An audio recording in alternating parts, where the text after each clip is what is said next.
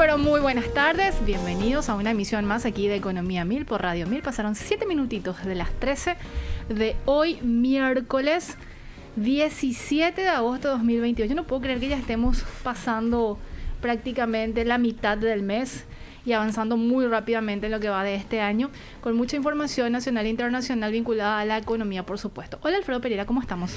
Buenas tardes, Prince. Yo hoy bien, Chen. Se te ve. No voy a decir nada, porque siempre usas cosas en contra mía, así que voy a decir que se te ve bien nada más. Yo uso cosas en contra tuya. Claro, cuando te son acusaciones fuertes. Cuando te alabo, me decís, ves. No está, queda grabado eso, Prince. ¿Cómo? No, yo no dije absolutamente nada. Almorzaste, supongo que almorzaste, por eso estás así. Hoy almorcé, por primera vez antes del programa de radio almorcé. Me siento por eso muy, muy raro, la verdad. Distinto. ¿Quieres dormir? No sé qué quiero. Trabajamos como siempre, Josema, Mirna, Priscila. ¿Los viste a los compañeros de control, Alfredo? ¿Está Lorenzo, Rodrigo? Rodrigo y Lorenzo que estaban, sí, y que le agradecemos mucho ayer, la verdad que un lujo toda la parte de las placas. Así que le avisamos a la gente que nos escucha por radio, ahora también nos puede seguir por YouTube, streaming en vivo. 1000 Noticias AM. Y vamos a estar trayendo placas, gráficos, de tal manera que también a la gente que nos pueda ver pueda seguir también el discurso y ver de una manera más gráfica, ilustrativa, digamos, lo que debatimos y lo que reflexionamos acá.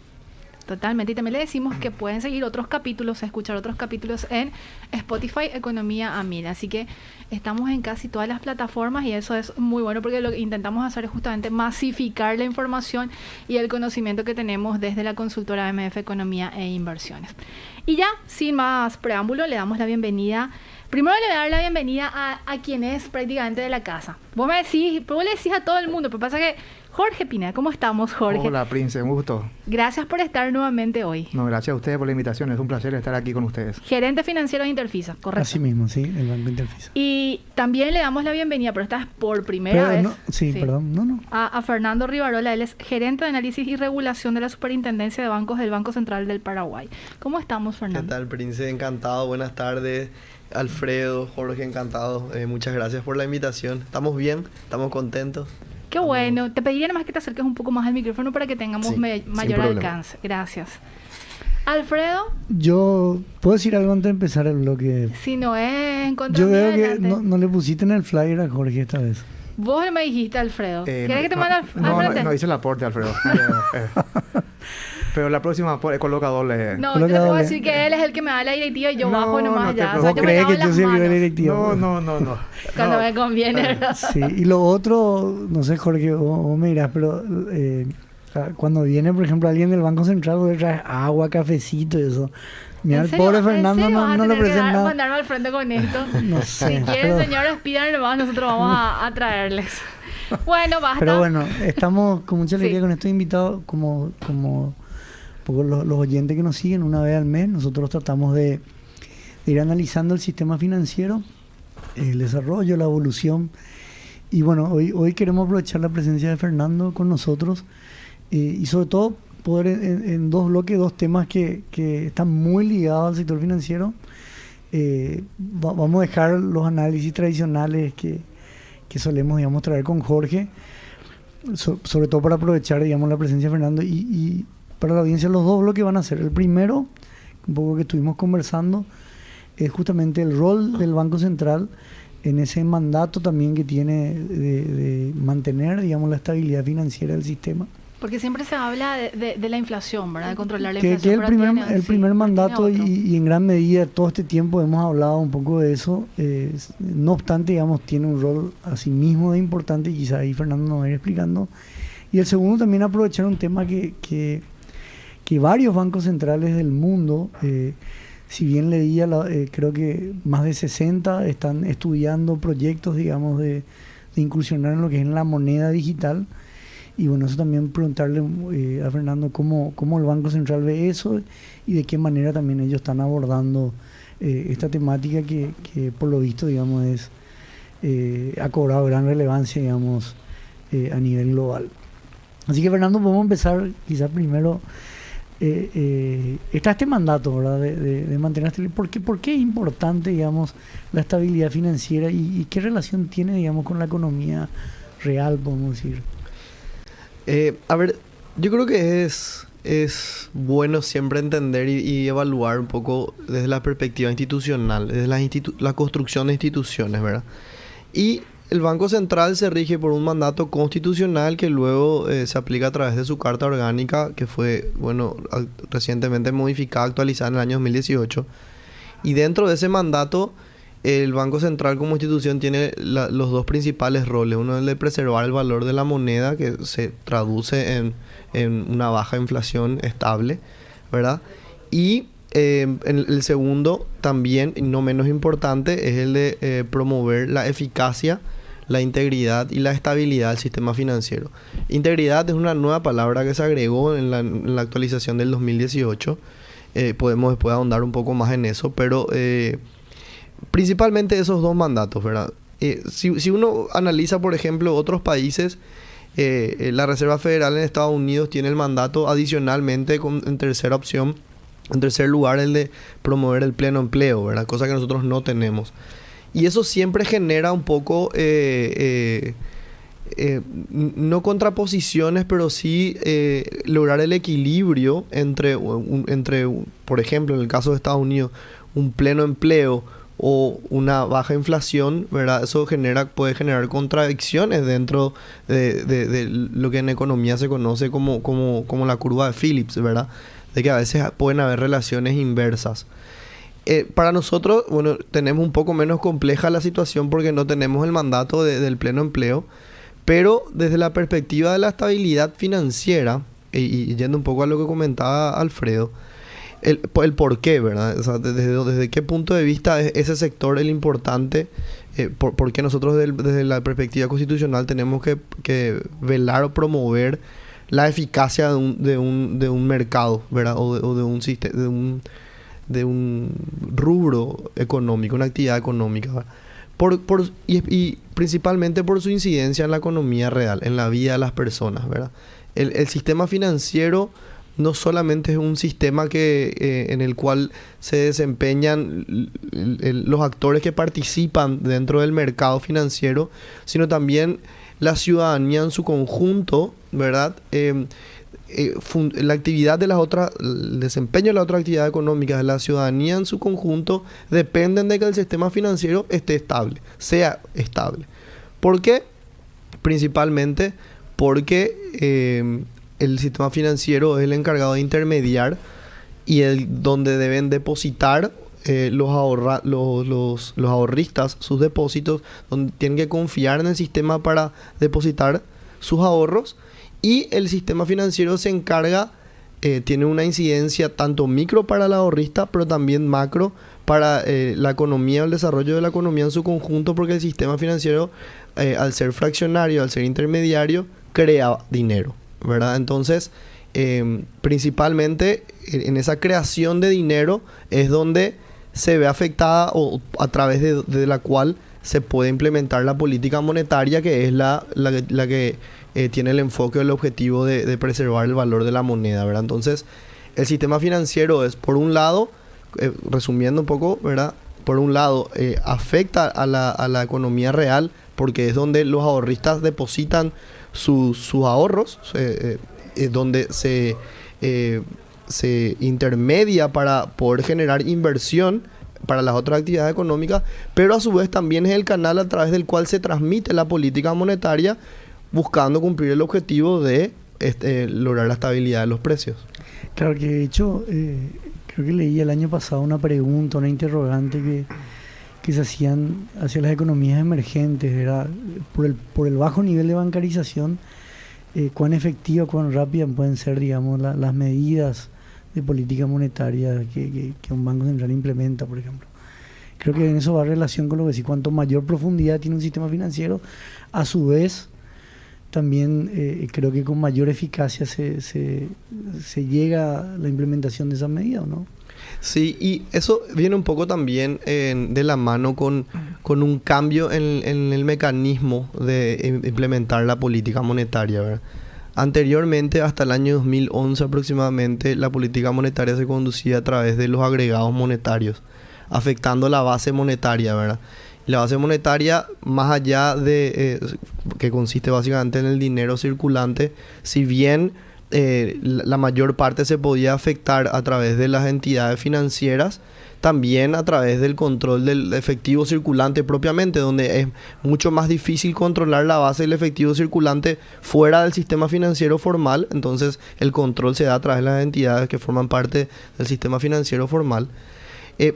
Por una cuestión de consenso entre los organismos internacionales y por ir migrando hacia mejores prácticas en implementación de política monetaria, a partir del 2011 inicia el camino de la implementación de la política monetaria basado en metas o esquema de metas de inflación, ¿verdad? Entonces ahí es donde sí incluso se refuerza más lo que mencionó Alfredo, ¿verdad? El hecho de que el sector financiero es un participante clave para que la política monetaria pueda ser implementada con efectividad y con eficacia, ¿verdad? Que pueda llegar al objetivo. Y esto se da porque dentro del mercado financiero es donde en primer lugar se lleva a la práctica esa tasa objetivo de la política monetaria, ¿verdad? Y a partir de esa, que es la base de las tasas de interés, por así decirlo, o la tasa referencial, mejor dicho, a partir de ahí se va permeando hacia todo el sistema o hacia la economía real las diferentes tasas de interés, ¿verdad? Jorge, Sí.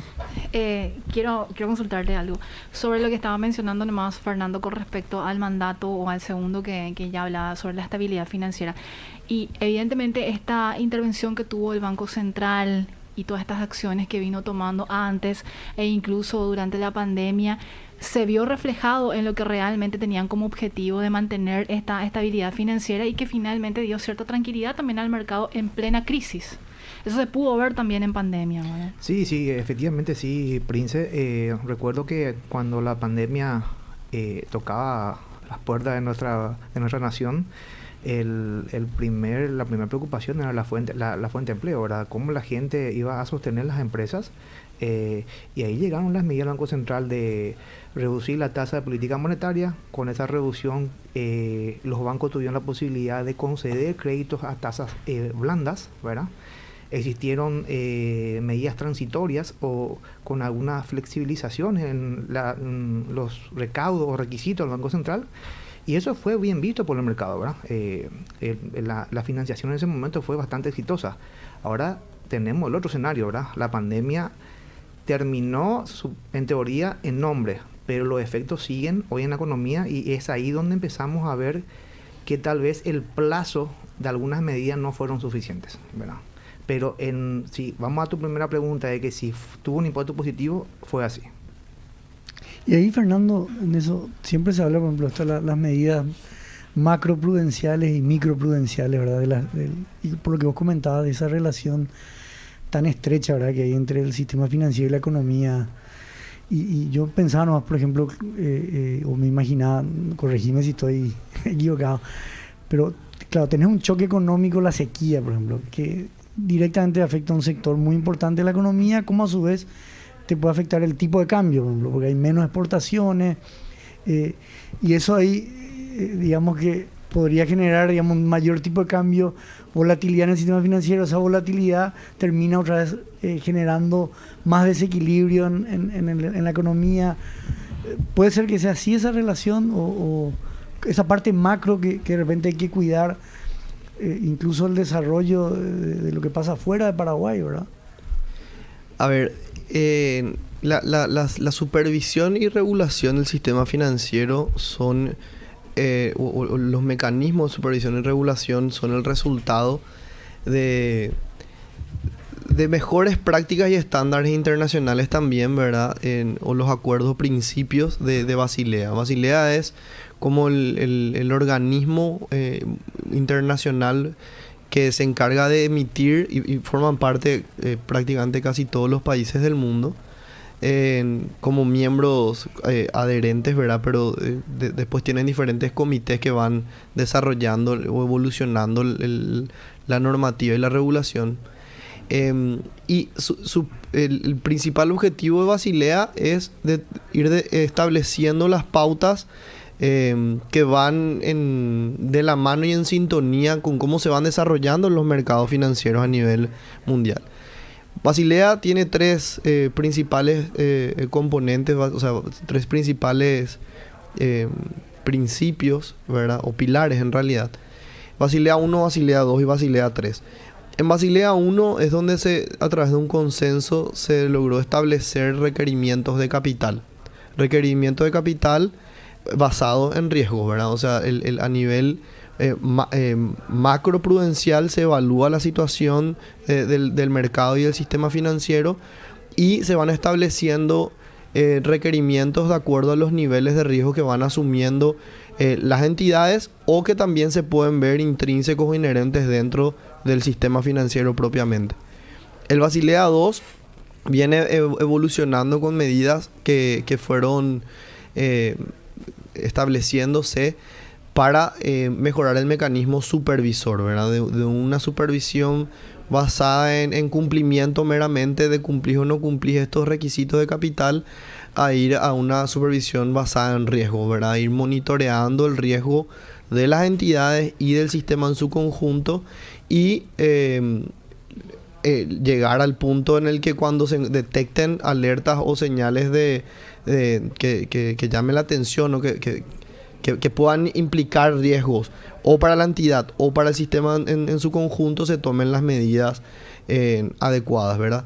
Y el tercer pilar de Basilea, o el Basilea 3, habla más ya de la transparencia del sistema, ¿verdad? De lograr un poco la confianza, de transparentar todo el sistema financiero y de lograr una mejor comunicación para con la ciudadanía, ¿verdad? Y con los diferentes mercados. Es abrir la información, ¿verdad? En base, y eso habiendo explicado nomás casi didácticamente, ¿verdad? Entonces, cuando la pregunta de Alfredo habla de la relación que puede existir a nivel, ya sea derivada de los shocks externos, de choques como la sequía o la pandemia, ¿verdad? Y cómo el mercado financiero puede absorber esos choques y cómo después eso se traslada a la microeconomía o al ciudadano a pie, ¿verdad? El sistema financiero, por supuesto, que juega un rol importantísimo, pero no olvidemos lo que mencionamos al iniciar el programa, ¿verdad? El Banco Central tiene la misión y el mandato constitucional de mantener la estabilidad del sistema, ¿verdad? Entonces, cuando vienen shocks externos que pueden generar, desestabilizar o llegar a situaciones de mucho estrés al sistema entero, entonces por supuesto nos cabe la responsabilidad de tener que intervenir para poder aplicar las medidas que mitiguen el impacto de esos shocks, ¿verdad? Ahora, cuando hay situaciones puntuales que afectan a la operativa de un productor o de un segmento económico en específico y no se administraron bien esos riesgos, entonces la supervisión y la regulación son las encargadas de implementar las medidas puntuales para que se corrijan esos cursos de acción en base al riesgo que presenta tal o cual giro del negocio, ¿verdad? Entonces hay que saber siempre identificar que el rol, si bien es un mandato que busca generar un bien público de la sociedad en su conjunto, también tenemos que tener siempre en cuenta que una cosa no puede ir en detrimento de la otra, ¿verdad? Porque finalmente, cuando hablamos del sistema financiero, tenemos que recordar, como mencioné anteriormente, se trata de los depósitos de los ahorristas, ¿verdad? Entonces, cuando uno tiene la visión de que hay que implementar medidas que faciliten el crédito, ¿verdad? Que inyecten liquidez o que ayuden a hacer frente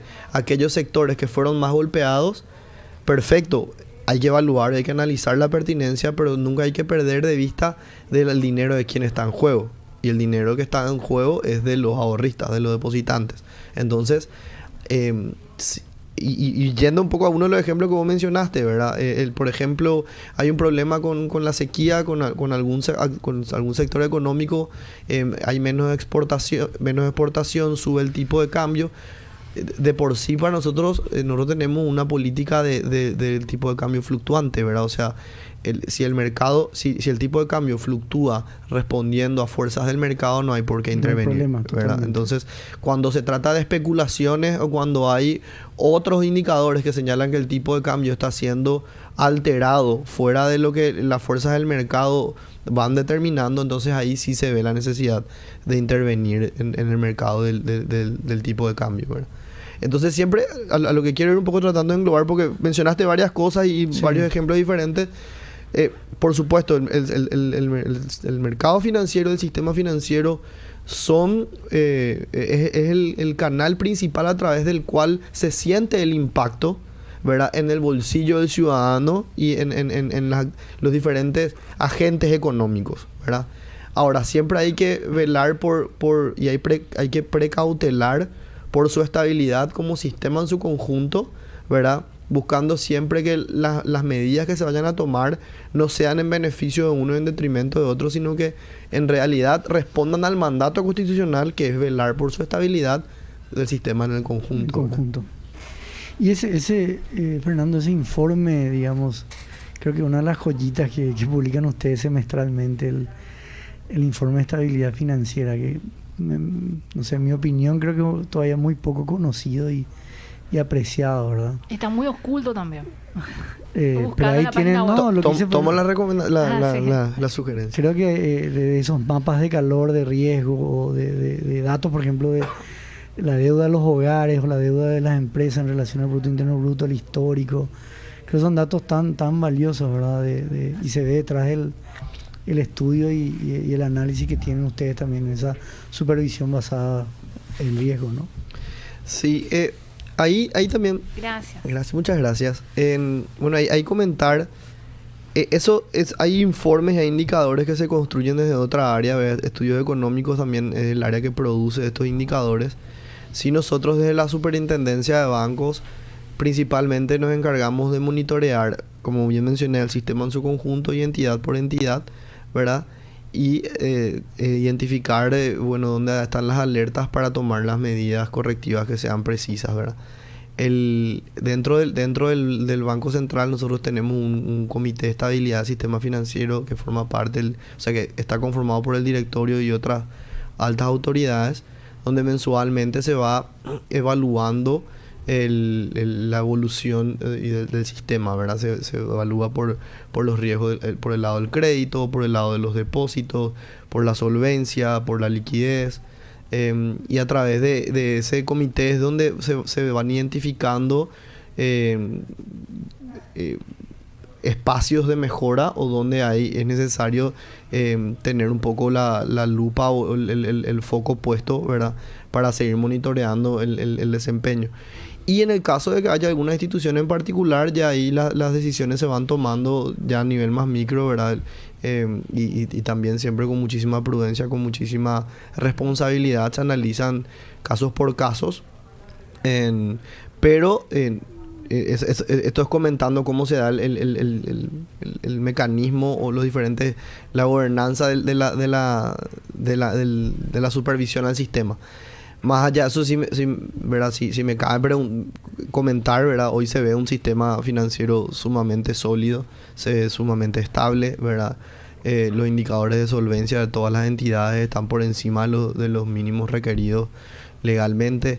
Sí se ve en una involución o un decrecimiento por el lado de los depósitos. También por el otro lado, y en contraste, vemos un crecimiento importante, casi el 16% interanual de los créditos, ¿verdad? Los créditos se siguen otorgando, esos son señales de que la economía sigue un proceso de reactivación.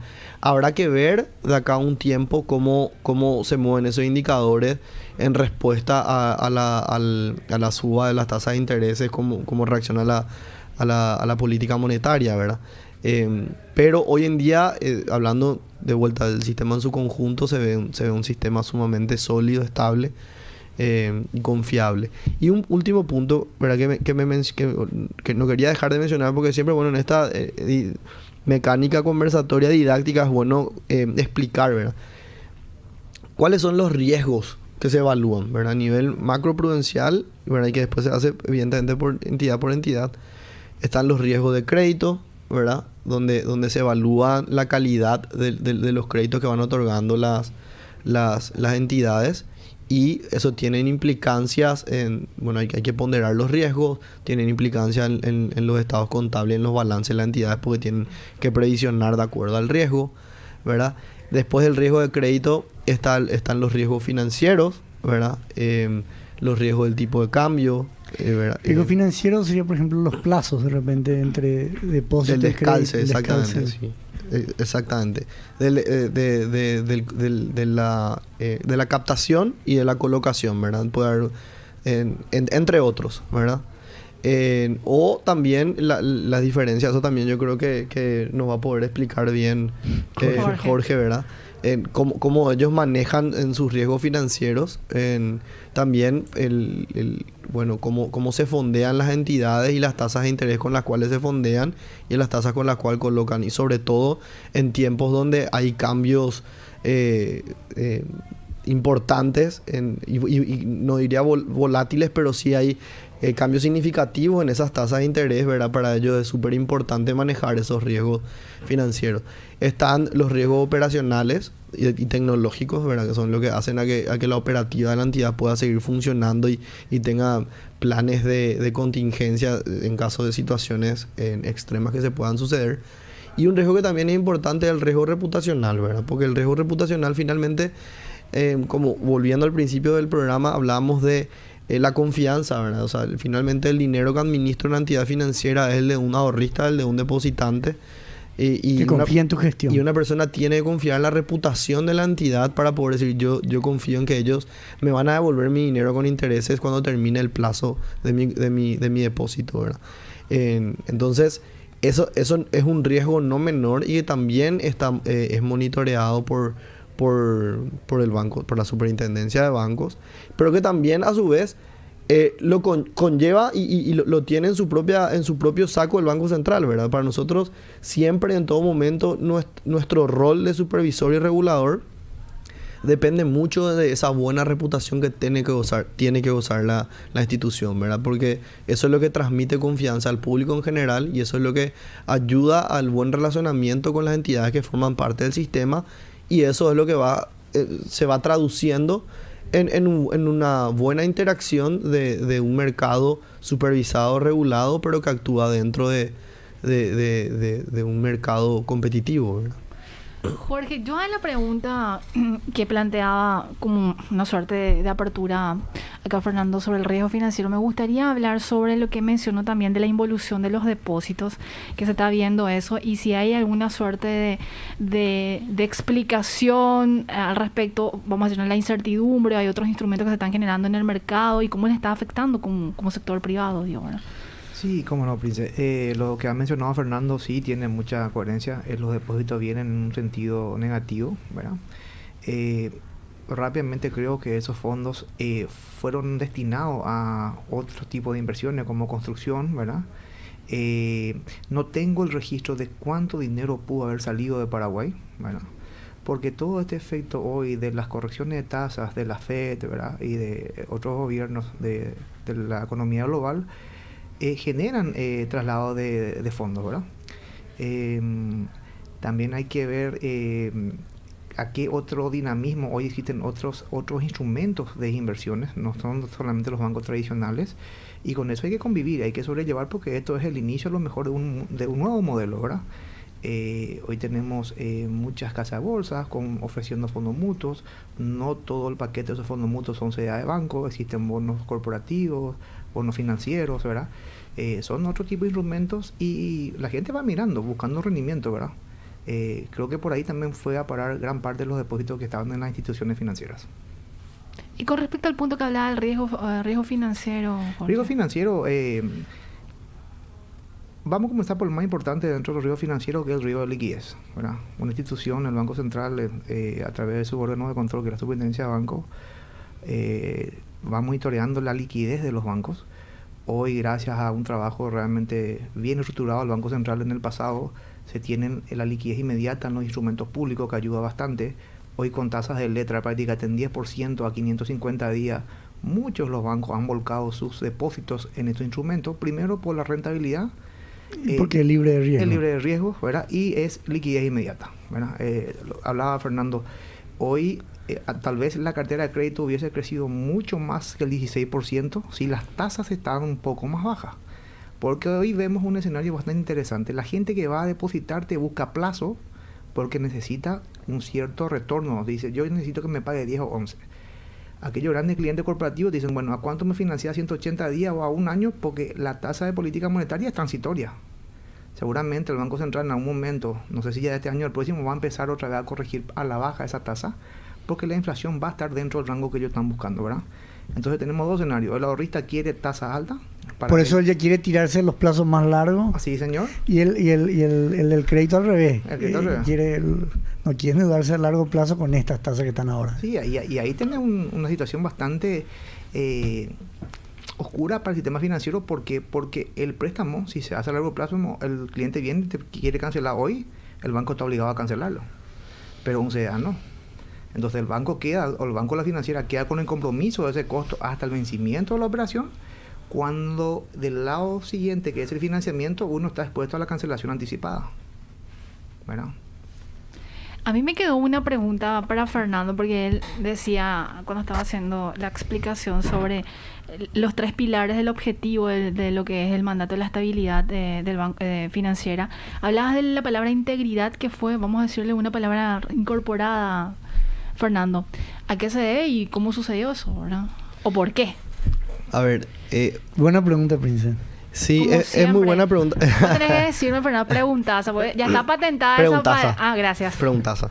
No, la verdad, yo no me quiero hacer responsable porque, bueno, eso se incorporó en la modificación de la Carta Orgánica del 2018. Yo no formé parte de ese proceso, ¿verdad? Entonces, el por qué específico se determinó a nivel político incorporar, no puedo explicarte. Pero sí te puedo dar la señal, o puedo interpretar, ¿verdad? Desde mi interpretación, es porque es clave, ¿verdad? Y así como hablé del pilar 3 de Basilea, o de Basilea 3, de la divulgación, la transparencia y el manejo de la información con responsabilidad, se vio como un factor clave incorporar esa palabra dentro de nuestro mandato, dentro de nuestro objetivo institucional, porque muchas veces el sistema financiero puede ser estable, ¿verdad? Puede responder a las necesidades de los ahorristas y de los que quieren obtener créditos, de los inversionistas, ¿verdad? Pero es trascendental que para mantener la buena reputación, esa gestión de intermediación se tiene que hacer con integridad, ¿verdad? Se tiene que hacer respetando a los diferentes actores que forman parte del sistema, ¿verdad?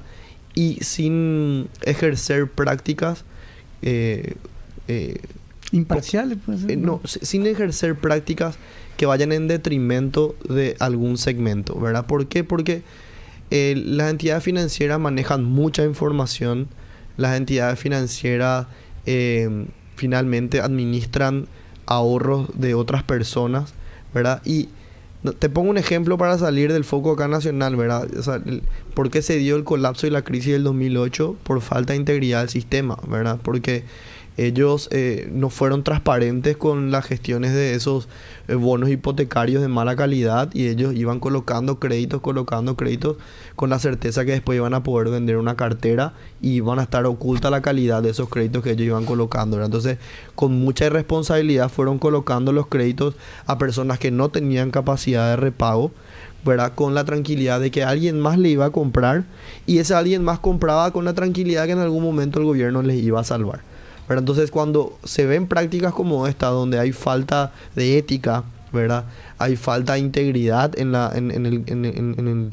el desarrollo del negocio. Claro, para esas personas fue extremadamente rentable colocar esos créditos y elevar sus indicadores de desempeño ¿verdad? Como las por las comisiones nubes. ganadas y todo. Claro, por las nubes se hicieron millonarios, ¿verdad? Pero en detrimento o del ahorrista o en detrimento del Estado, que finalmente responde con impuestos que pagamos todos nosotros, ¿verdad? Entonces, en ese sentido se ve esa palabra como importantísima, ¿verdad? Y queremos transmitir también nosotros acá en Paraguay de que para el supervisor y el regulador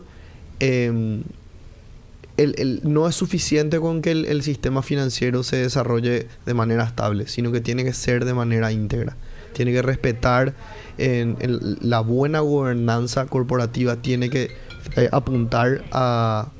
La buena gobernanza corporativa tiene que apuntar a que los negocios se vayan desarrollando en el marco de la legalidad, ¿verdad? En el marco de la prudencia, en el marco de la responsabilidad. Y que la otra vez estuve participando en un conversatorio donde se decía por encima de la rentabilidad se busque la sostenibilidad, ¿verdad? Que sea sostenible en el tiempo, más allá de la renta de corto plazo. Alfredo, Fernando, Jorge, tenemos que hacer una brevísima pausa, pero a la vuelta del corte, con esto cerramos la parte de estabilidad financiera, porque mi pregunta fue así, clave, para cerrar. Encima, pero reconoceme. Sí, muy buena pregunta. Ay, gracias. Las de Alfredo también fueron muy buenas. No le digas eso, ella se desvirtúa todo. Después me va a reclamar, me va a restregar durante todo el día. Pero bueno, a la vuelta del corte vamos a hablar sobre las monedas digitales. Así es, ¿verdad, Alfredo? Así es, sí. Da unos 15 minutos para hablar de eso, ¿verdad, Fernando? Claro, aproximadamente, pero vamos a imprimirle un poco de velocidad. Josema, vamos a un corte y enseguida regresamos.